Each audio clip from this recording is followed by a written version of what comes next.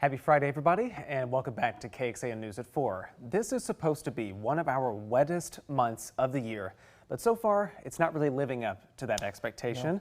No. Chief Meteorologist Nick Bannin is looking into all of this for us. And Nick, how much is that impacting what the drought conditions are like out there? Well, it all depends on where you are. Some people are saying, how can we be in drought now? We had floods 2 months ago, and for parts of the area, that's true, and you are not in drought yet. But for those of us that did not get the excessive rain in early July, we are seeing the drought spreading. So location is key. Here's why. We are experiencing one of the driest starts to September in Austin area history. Just 0.08 of an inch of rain. I shared this graphic a few days ago when we were halfway through the month. Now we're almost 2/3 of the way through, and we've moved up to the 13th driest start to September through the 19th here in Austin. You could see a couple of years had no rain. September 1st through 19th, several years had just a trace. In the 9th driest spot, with just 1/100th of an inch of rain, the year 1912, and we're now up to 13. We expect if we don't get any rain through the weekend, which is probably going to be true, then we'll likely be into the top 10 as far as driest starts to the month of September. Now let's compare the rainfall that we should have had with the rainfall that we have had. Looking at this map, comparing the year so far since January 1st versus normal. And you can see parts of the hill country have experienced up to 200% of typical rain January 1st through now. Yet you get into the metro and especially Austin and southeast, and you're in this 25 to 50% of normal rainfall zone. And that's why we're seeing the drought getting worse. This was last week's drought where we had some areas of moderate drought. And then this week's drought, we saw the expansion of not just dryness and moderate drought, but the introduction of severe drought as well. So things are only getting drier for those areas, especially near and east of I-35. No significant rain out there now, but there's the chance for some spotty showers.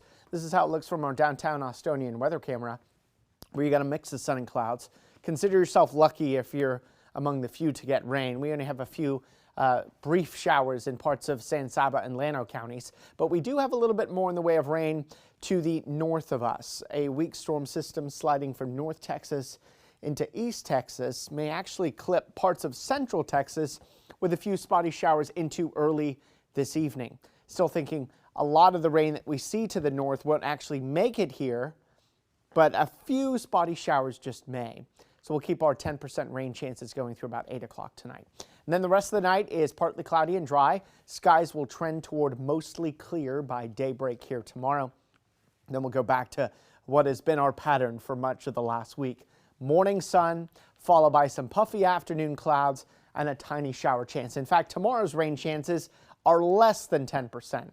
Not zero, but close to it. We think if anyone's going to see a shower tomorrow, it would be a couple of our eastern counties. That would be it. Then Sunday morning, some low clouds develop. We haven't had a lot of low clouds in the morning lately.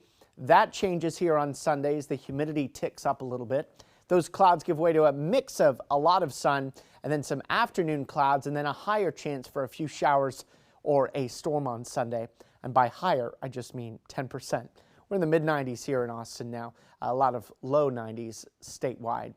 This is where our temperatures go here tonight, upper 80s here as we get through 8 o'clock. Overnight lows falling down into the low 70s and upper 60s by daybreak, and then high temperatures tomorrow afternoon head back into the mid-90s again, about 96 or 97, which is where we've been most of the last few days. So becoming mostly clear tonight after the early evening clouds, overnight lows of 71. 96 both Saturday and Sunday. Saturday's rain chances less than 10%. Sunday's rain chances at 10%.